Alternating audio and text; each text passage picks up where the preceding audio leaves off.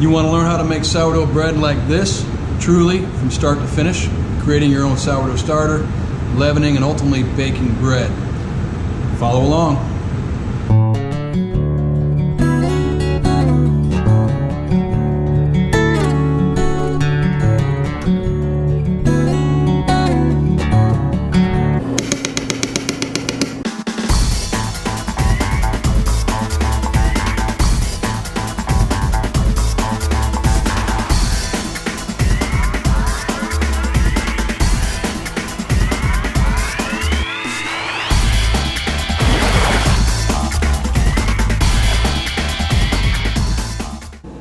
Hello, Chef Chris Holland with Chef Out of Water.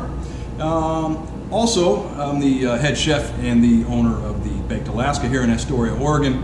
And today is our 5th day of the mandated government shutdown of all restaurants and bars throughout the state of Oregon, as well as across the country and around the world. I thought I'd make a little productive time of this situation and share some cooking tricks, a few tips, and we'll get into some knife skills and some other things along the way. Today though, I thought it would be fun, since the silver lining here is we've been given the gift of time. We have time to spend with our families, time to spend in our own kitchens, and with less places to go out to eat, besides obviously the takeout and some delivery options, we have time. So today, let's talk about sourdough bread. Now, you do need to know that this is likely going to take about 8 days before you are able to make your first loaf of bread. But after that, you can make sourdough bread, pancakes, cinnamon rolls, all sorts of various different things using this recipe. So let's talk about a little history of sourdough. Sourdough is a dough containing lactobacillus, one of the principal means of biological leavening in bread baking. In the Encyclopedia of Food Microbiology, Michael Ganzelis writes, "The origin of bread making are so ancient that everything said about them must be speculation." Okay, now sourdough remained the usual form of leavening down into the European Middle Ages. But let's jump ahead a few years.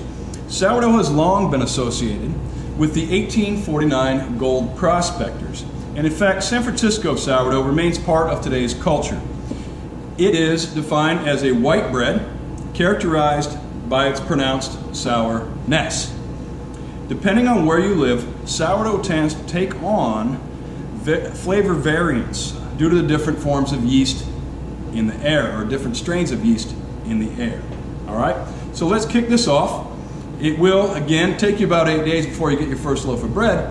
But the silver lining here is we've been given the gift of time. So here we go. I suppose I should put my coffee down. All right, so here's what you need. You need flour, all right? We're going to use all-purpose flour, all right? It's the most readily available. Many of you likely have a bag of flour in your cupboard, all right? We just need water. I think we still got that going on here, right? We need a little bit of water. You're going to need a bowl, a wooden spoon, all right? Not metal. Wood is non-reactive. It will, if you're using metal or a metal bowl or a metal spoon to stir your sourdough, it will have a reaction which will cause it to not leaven. All right? Now, also you're gonna need a jar. All right? I got this bad boy, this big mason jar, a rubber band, which will be handy, and some sort of linen napkin. You can use a hand towel, use a linen napkin. This is a linen-like paper napkin. We're going to cover this ultimately, and it needs a little room to breathe. All right, so very simply, we're starting this whole thing off with nothing but flour and water. All right, we have 1 cup of all-purpose flour. All right, you're going to mix that together with 1 cup of room temperature water, equal parts, 1 cup and 1 cup. All right, I'm going to stir it up a little bit. You're going to try to get some of the clumps out here. Ultimately, they will work their way out, but give it a shot. Try to get some of those clumps out. You're going to have a batter after this first phase of the process that is a little bit thinner than pancake batter. All right, but what we're doing is, again, the lactobacillus will cause the fermentation process. All right, so stir that up. Again, just a little bit thinner than pancake batter, and give it a good stir. All right, very simply, all you're going to do at this point is take your first phase of the 1 cup of flour and 1 cup of room temperature water. It's all stirred up, and put it in your jar. All right. Again, if you have a plastic container, that is totally fine. Don't put this in metal. It will cause a reaction, and the outcome will be less than desirable. All right. So into the jar. We're going to give that just one more little stir. It's that simple. Okay. Tap that off. All right, now it's this simple. You're going to put your napkin or your towel or whatever you have. I would pick something that doesn't have a bunch of lint on it, obviously. Just put it over the jar. Take your rubber band, all right, and cover the lid. Go ahead, put this in a warm spot. You put it on top of your refrigerator, and tomorrow we're going to feed it. All right, welcome back. This is day 2 of the sourdough starter making. All right. Again, it's going to take about 8 days before you get your first loaf of bread. So what we're going to do is, from now, day 2 through day 6, we're going to just continue to feed the starter. You're going to start to see little bubbles coming around. So around the perimeter will start bubbling up. That is the activation of the yeast from the air, causing the lactobacillus fermentation. Now, all we're going to do is simply each day feed the starter 1/2 cup of your flour. All right, that's it. Into the bowl. Okay, you're going to put 1/2 cup, again, room temperature water. This is it. That's all you need right at this moment. All right, we'll give it a stir. Going to have a same outcome as last time. A light pancake batter consistency. Give it a good stir. Alrighty. This is going to be known as feeding the starter. You know, perhaps it might be a little fun around the house. You could give it a name. All right. We're going to feed Brutus. All right. Give it a name. And this could be a daily activity for you and your family while we are cooking at home during a global pandemic. All right, stir that up really good.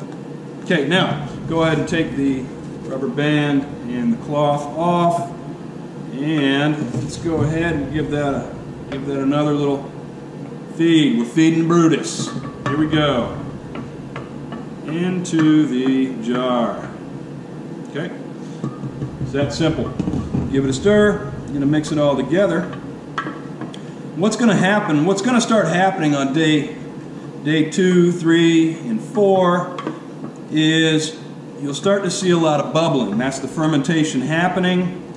Okay, it's picking up natural yeast in the air.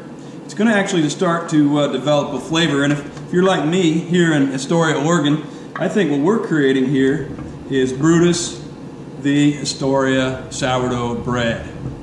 All right, there we go. It's going to be definitively Astoria sourdough. So depending on where you live, you give it your own name. All right, all stirred up. Okay, back on with the cloth, rubber band, and there you go. Set it again. Back up on the fridge she goes. Brutus is working.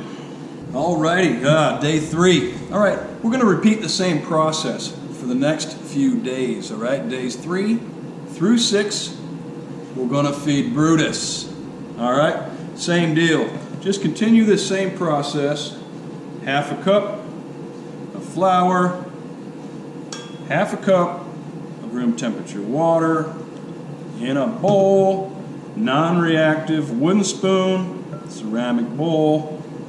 I'm going to stir it all together. Now, it's pretty fun. This is a great thing to do while we're passing some time, spending time with family during this whole situation. In fact, my daughter and I created our own sourdough recipe a little while back, and now we get to share it with all of you. We were keeping it a secret until maybe someday we get that book written, but for now, let's share this magic with you, and we hope that you enjoy spending some time with us in the kitchen, albeit virtually, and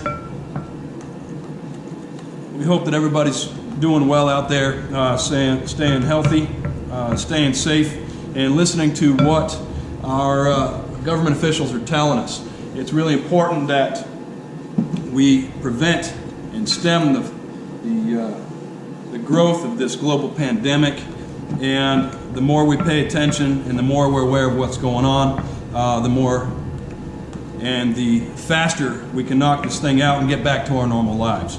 All right? Again, half a cup of flour, half a cup of water, feeding Brutus. Gotta feed Brutus. All right? This could be the first test of whether or not your children, you want to have pets for your children. Can they take care of them? Let's see if we can take care of this starter, right? All right, give it a stir. And as you might have noticed, it kind of grew a bit and then kind of deflated, all right? As it ferments, it's going to bubble. So expect to see this more and more over the next couple of days. And ultimately, we'll have a sourdough starter that you can use forever. I had a woman about 20 years ago in our very first restaurant that brought me a cup of sourdough starter that was given to her by her grandmother, who grew up in Kodiak, Alaska. We've kept that starter alive by feeding it just all-purpose flour and water for all of these years, and today that is the bread that we serve at the Baked Alaska. All right, there we go. Just please repeat this for the next few days. This is day 3.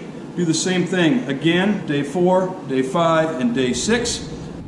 Okay, well that concludes part 1 of this 3-part series or episode of baking sourdough during a global pandemic. So just keep feeding your starter over the next few days, and we'll come up with part 2 here in the meantime in about 7 days from now, and we'll start the leaven on the bread, followed by part 3, which will be actually baking sourdough.